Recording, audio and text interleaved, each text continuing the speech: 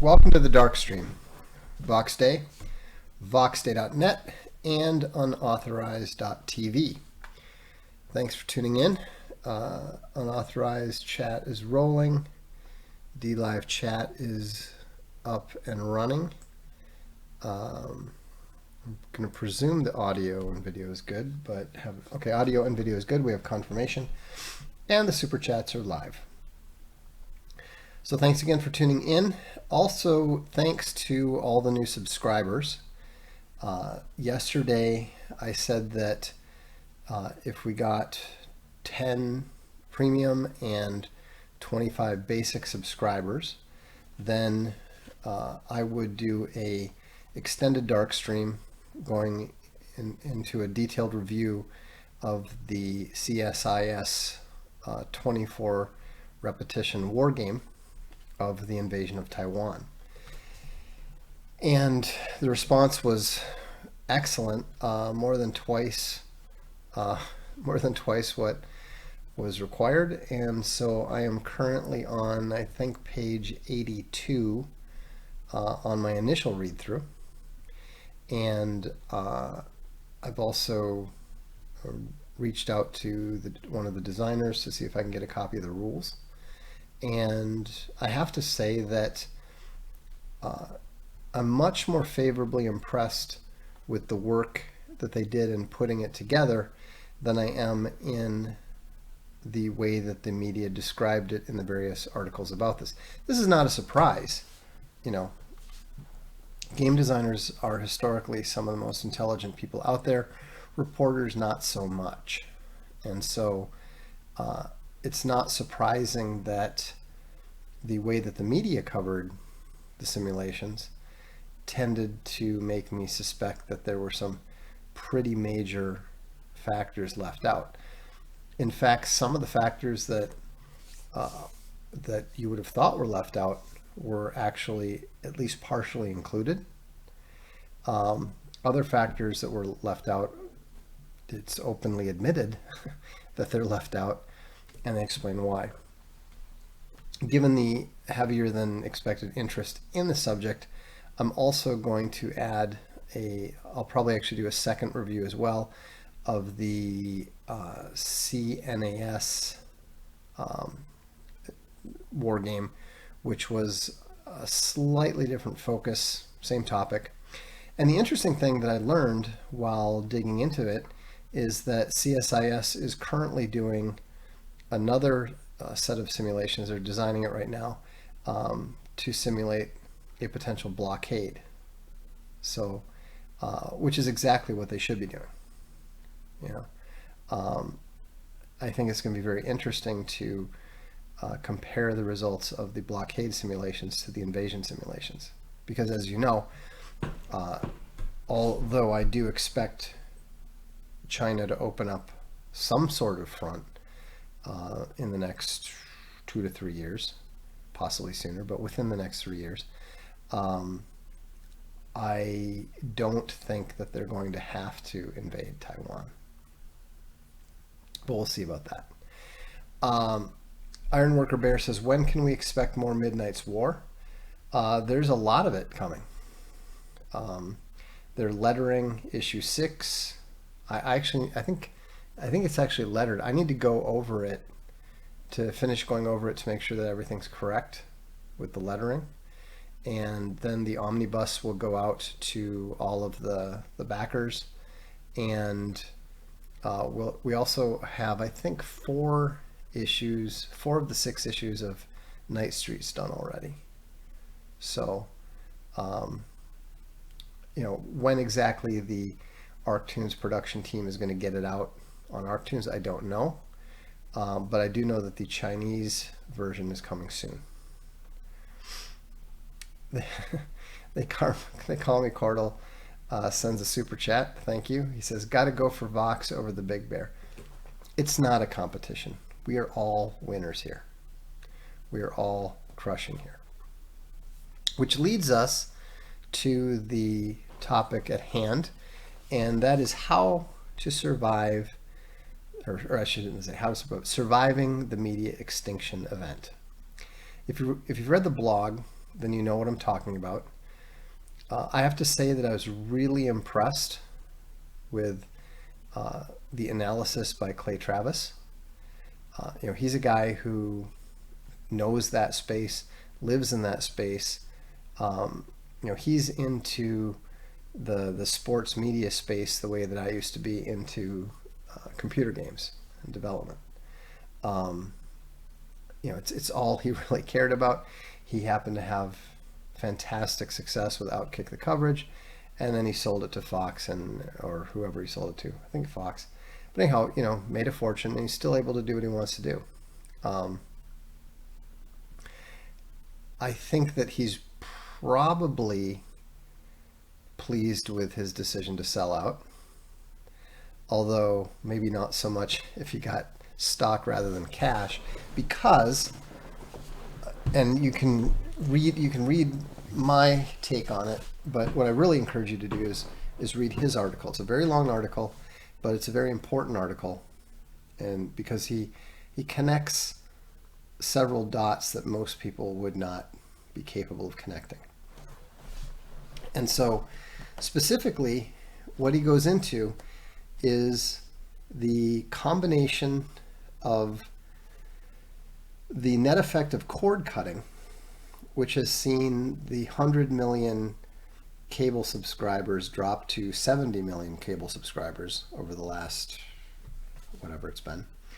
But what we're now seeing is we're seeing the cable companies getting rid of ESPN. They're not paying the ESPN tax anymore. Comcast screwed things up for a lot of football fans because they cut ESPN right before the start of the college football season. That's 15 million more people that have effectively virtually cut the cord, not of their own accord, but now you're looking at, you had 100 million, and now you're suddenly down to 55 million. And the reason that this is significant is that all of the inflation of sporting salaries and the massive amounts of money that is washing through the media companies is the result of free riders. Or actually, that's really backwards, to be honest. The sports companies are free riders on the cable infrastructure. So ESPN was able to demand as much as $6 per subscriber from some of the cable companies. Now, that's absurd. That's absolutely absurd, because the vast majority of people were not signing up for ESPN. In fact, Clay Travis illustrates the problem very, very clearly. The NFL is the single biggest television product. If you look at all of the ratings, all the top rated shows, most viewed shows, etc., it's basically 1 through 25 NFL. It's true. Sam says ESPN had a Shapiro deal where they had to get taken along with the other networks. That's right. What he's referring to there is when Ben Shapiro first got syndicated, nobody read his column. But his column appeared everywhere because Creators Syndicate paired it together with more popular columnists and said, if you want this one, you have to take that one. Can you imagine how many places would have run my column if Universal Press Syndicate had done that with me and Ann Coulter? I even told them that they should. I said, the only way you're going to get, you're only going to be selling Ann because any editor in their right mind who needs that one right-wing columnist is going to take Ann Coulter. Of course they are. But, UPS was the more elite, higher end syndicate, and they didn't do that. They were the syndicate of William F. Buckley. And, so it was not a surprise when I think they managed to place, what, 2 columns? It was just a complete disaster. Anyhow, so a free rider is somebody who benefits from the money that's being paid to somebody else. And so that's what these media companies, especially the sports media companies, have been doing, because they were the more desirable selections. Whenever a cable company didn't want to carry them, didn't want to pay the tax, they would get people whipped up in a frenzy and contacting them. And of course, these companies are used to caving to a relatively small number of people. If you could get 200 people in a city calling the cable company, they would usually knuckle under, right? So the problem is that the vast majority of people who were willing to pay for cable would not, if given the choice, actually pay for these sports networks as an a la carte option. And that's what streaming is. Streaming is fundamentally a la carte. Cordell talks about going for Vox over the Big Bear right here. He's making his choice. He can choose. Even on unauthorized. You want to watch Big Bear live, you want to watch Vox live, it's up to you. We're not forcing anybody to watch anything. And so when you actually look at the math of what people are willing to pay for, and Clay points out how currently, or at their peak, they were making about roughly $10 billion a year. ESPN was making about $10 billion a year from the ESPN tax plus whatever the small amount of advertising revenue that they got, which is relatively small. So they used that money to acquire sports rights, and they drove the price higher and higher and higher.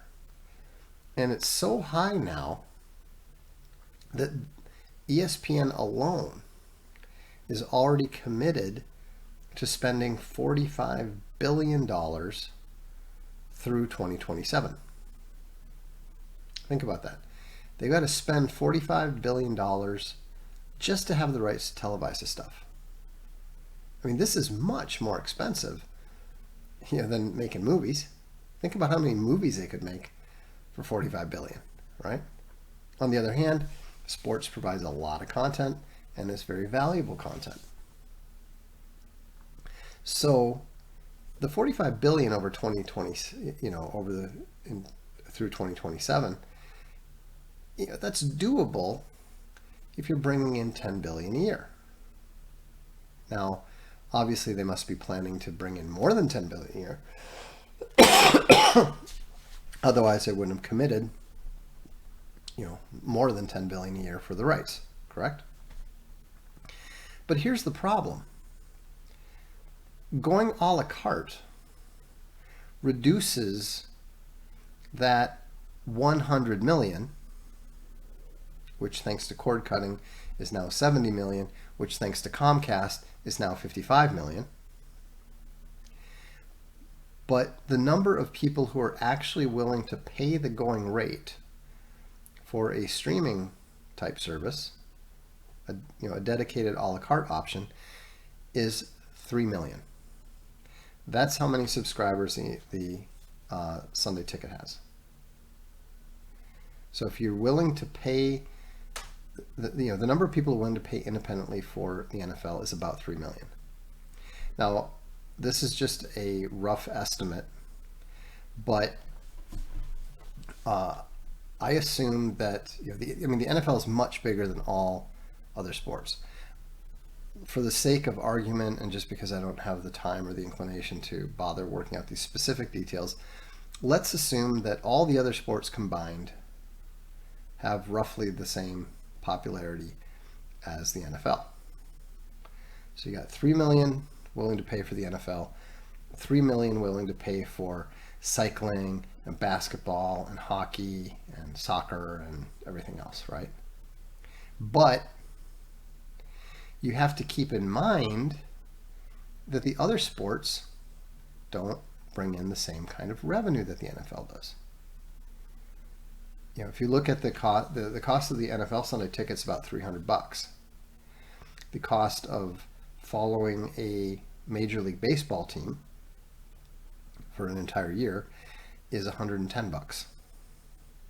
I think to get the entire league, the MLB thing is like $130, something like that.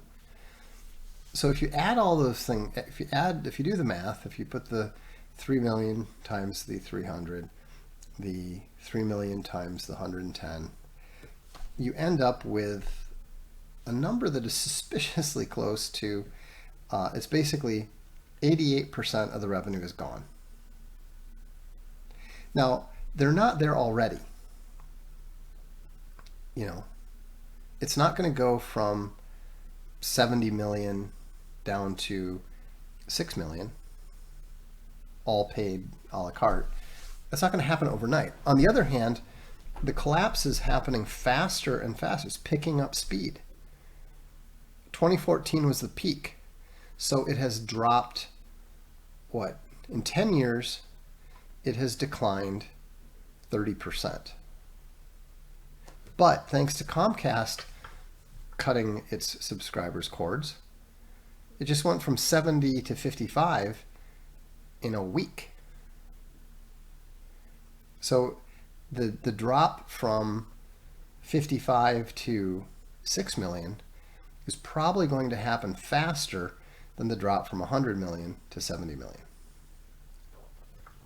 And it doesn't have to drop to that point. It doesn't have to get to that point for them to get in trouble, because they already can't afford to pay the $45 billion in sports rights that they're due to pay.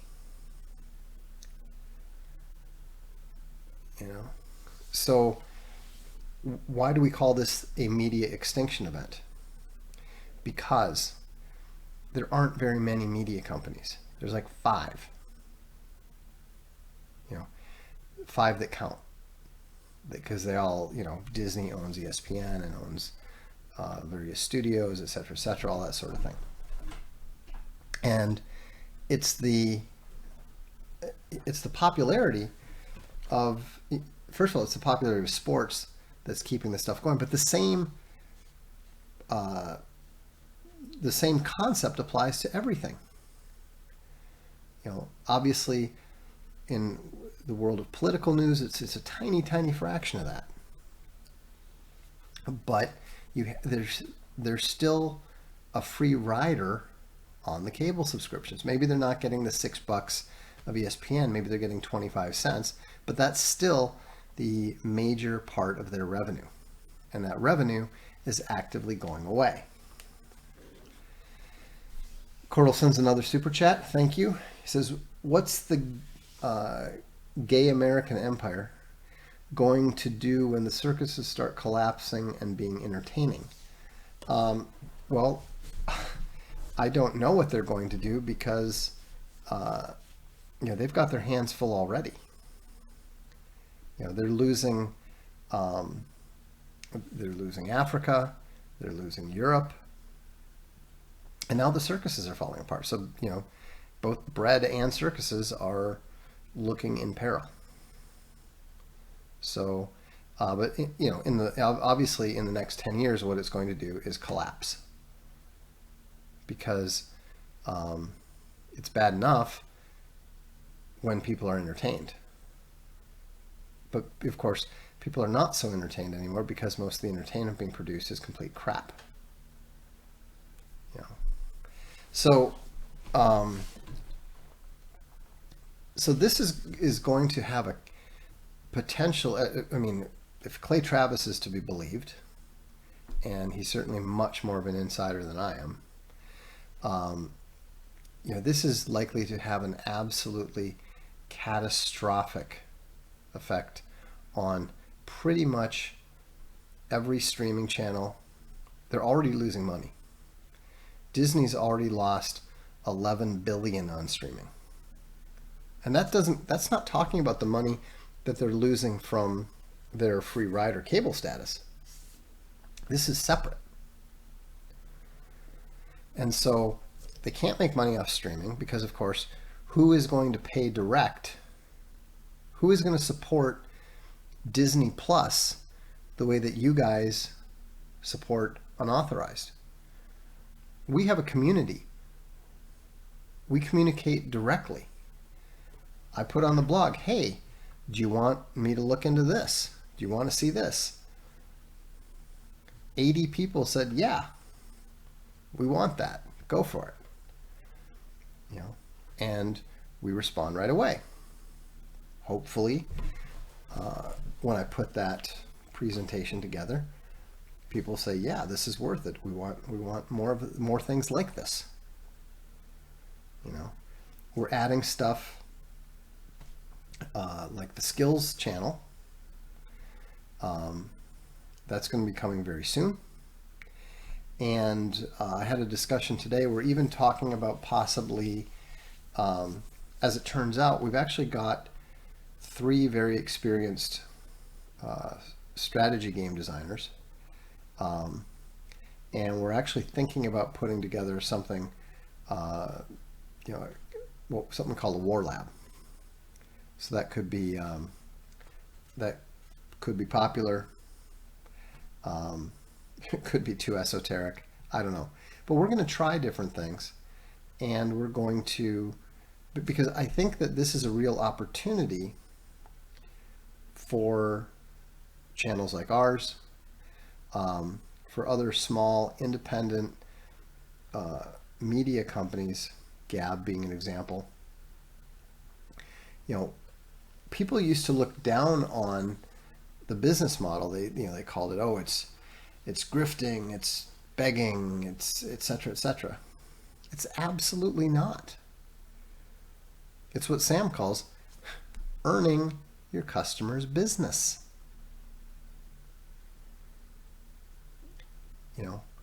We're not running around cutting deals, making sure that when somebody's paying to watch the cooking channel, that we get a cut. Right? That's practically theft. People don't realize it, but that's what it is. There's nothing more straightforward or fair than just saying, look, what do you want? Are you not entertained? Is this what you want? Is that what you want? And then working at providing it. One of the unfortunate things about the Rebels Run debacle, and I suspect one of the reasons why it happened, is because the threat to the media companies has never been more dire. They're going down because of large macroeconomic and technological issues that they can't do anything about. Again, I'm not the one saying this. I agree with it, but this is what, in fact, let me read you a little bit of what Clay says, stuff that I didn't put on the blog per se, but from his article, it's just because I don't know that I really did it justice in terms of the stress that he was putting on some of this. Okay, so billions of dollars in profits float off ESPN each year, enabling all of Disney to flourish. It was the crown jewel of a company, a profit spigot, the Titanic of the cable fleet, but an iceberg loomed ahead. Almost no one saw it coming. And then he says, this is a massive media story, one of the biggest of our lives. It's not just ESPN. ESPN just stands to lose the most because it had the most lucrative business model in cable. It's all of the cable and satellite bundle. The entire cable neighborhood is on fire. Whether you're a star athlete or just a fan, if you care who wins games or simply enjoy watching those games, we're all about to have to pay a ton more for that privilege. Put simply, everyone is fucked, including potentially everyone in all of media, not just those of us in sports media. Because the golden cable cash spigot has suddenly run out of coins, and if sports collapses, the entire cable bundle may collapse with it. And he actually ends with a really rather nice bit of writing. He says, again, it's not just sports, it's all of cable. I like the cable and satellite bundle. You probably did too. And I like the mall too. I enjoyed going there, getting a pretzel in the food court, buying a new pair of jeans. I went to my local mall recently, the one I grew up going to, the one I used to have a job at the local American Eagle, but the anchor tenants are all gone. The parking lot was empty. Most of the stores were vacant. The bustle and hubbub was all gone, almost no one was there.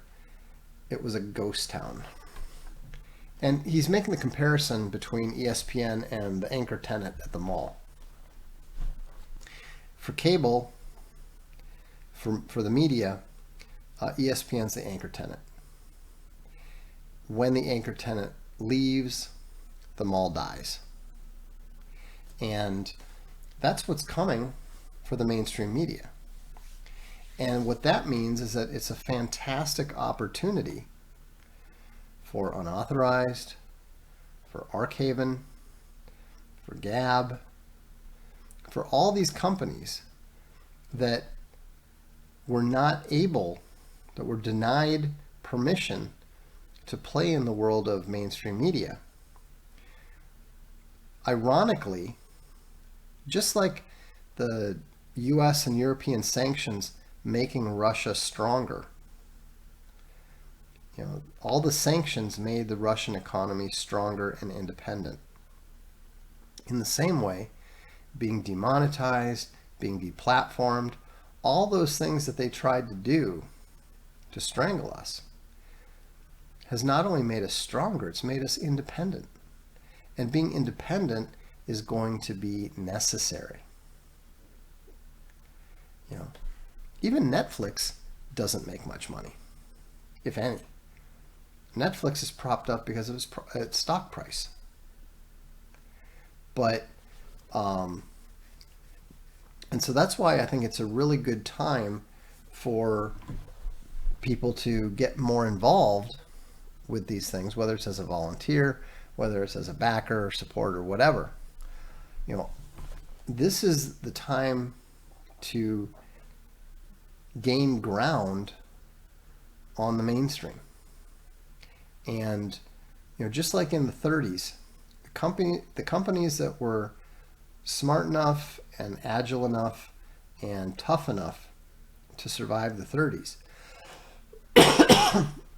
those are the companies that became the dominant companies of the 50s, 60s, and 70s. And so when you look at the opportunity that we have for us,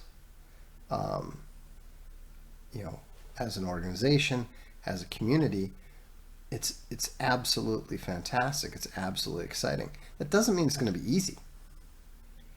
It doesn't mean it's going to be fun, but this is why we intentionally do two things that are a little bit odd. Number one, we have a number of $5 subscriptions. We used to joke that as a cult, it's very affordable, right? But the reason for that is that we want people to be able to stay a part of the community.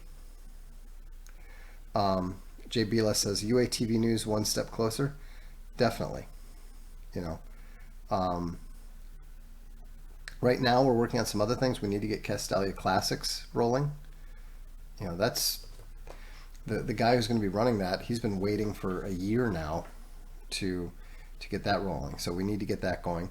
What we're doing right now, literally today and yesterday, is we're getting the European infrastructure of Unauthorized, which is going to also encompass some of the other projects.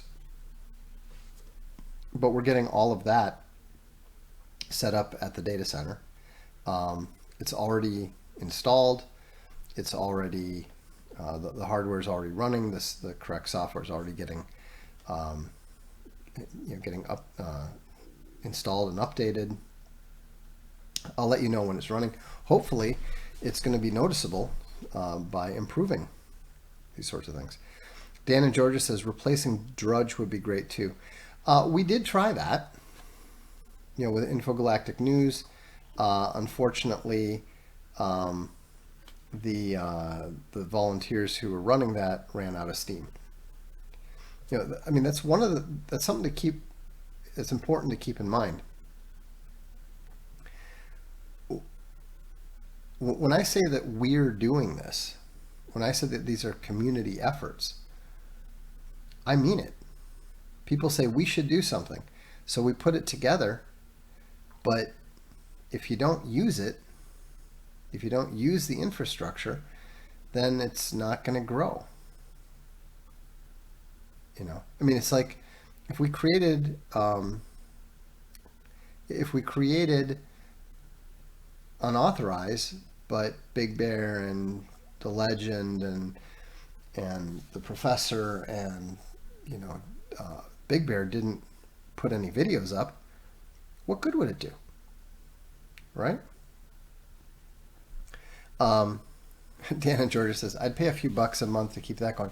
It's not that's the thing. It's not about the money. It's about the volunteers. It's about the people that say, I want to make a difference and are willing to do it.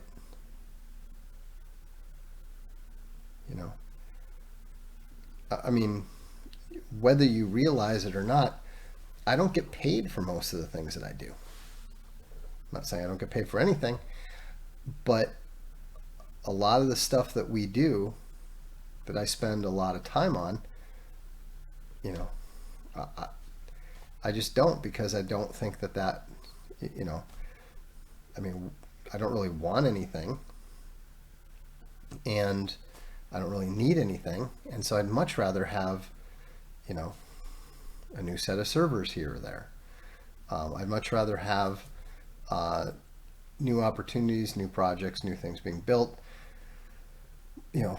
When we do for example, when we do a crowdfund for a comic, we throw pretty much every dime that comes in at the artist. Think about it. Ethan Van Sciver raises $500,000, right? And this is not a criticism. I'm just pointing out the fact that he produces 48 pages, right?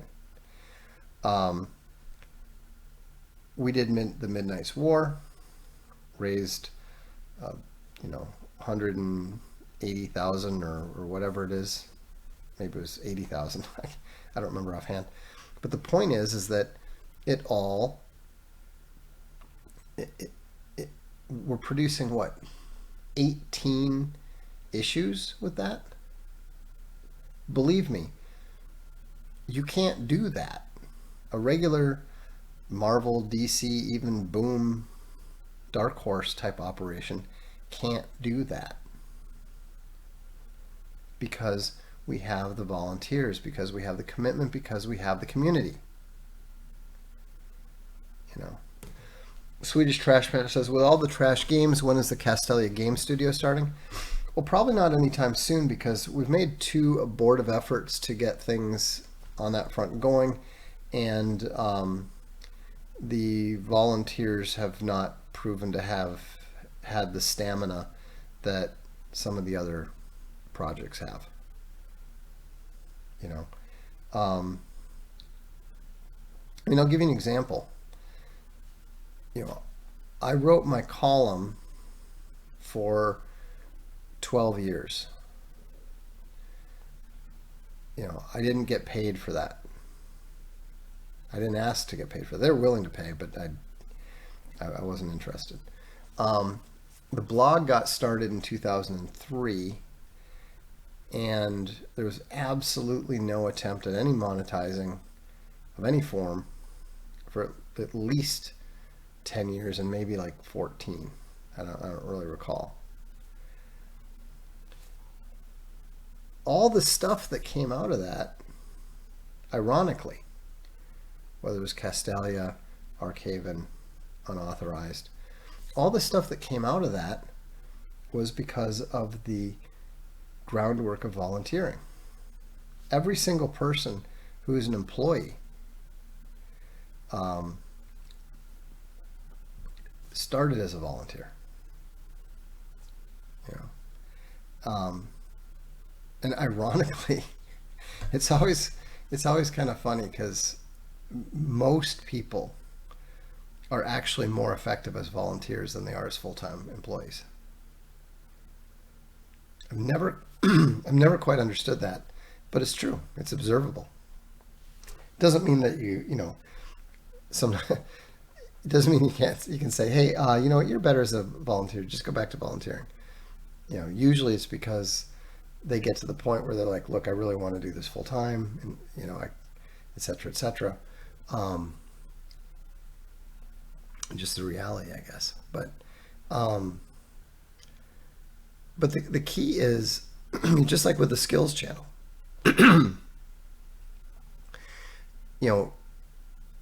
with the skills channel, it might be amazing. We might have 500 skills videos up there within a month.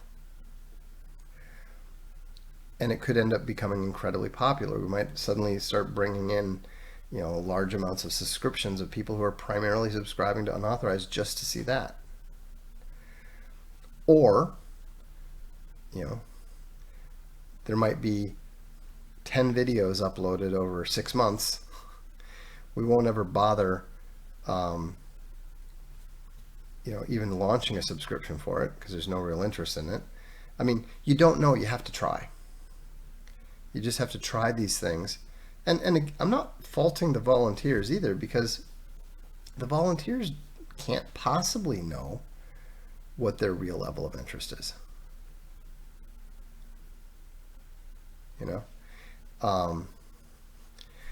Yeah, let's get rid of this guy babbling here. I don't know what he's going on about.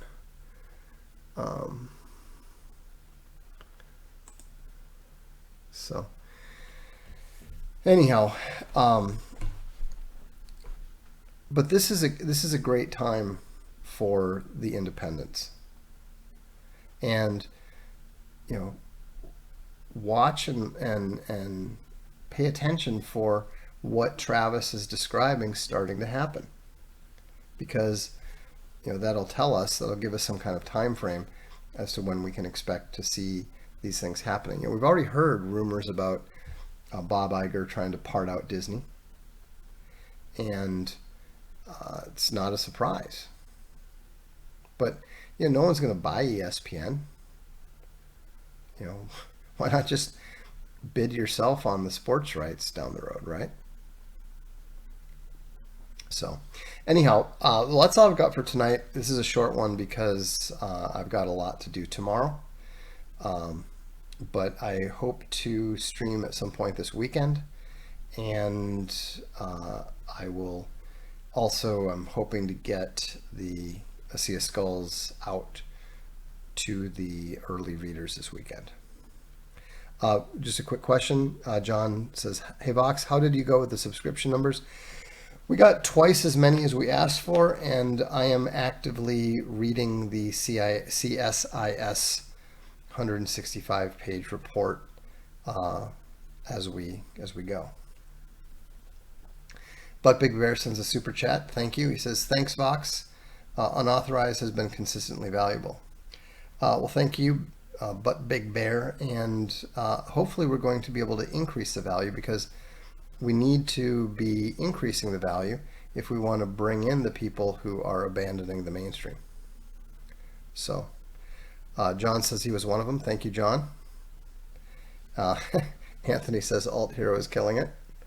Yeah, we'll have more coming soon, and in fact, you're gonna be able to buy Alt Hero, the omnibus, from the Archaven store probably this weekend. So we're adding that to the books that we can ship directly. So, well, thanks everybody, and we will see you sometime this weekend on Vox Day. This is the Darkstream.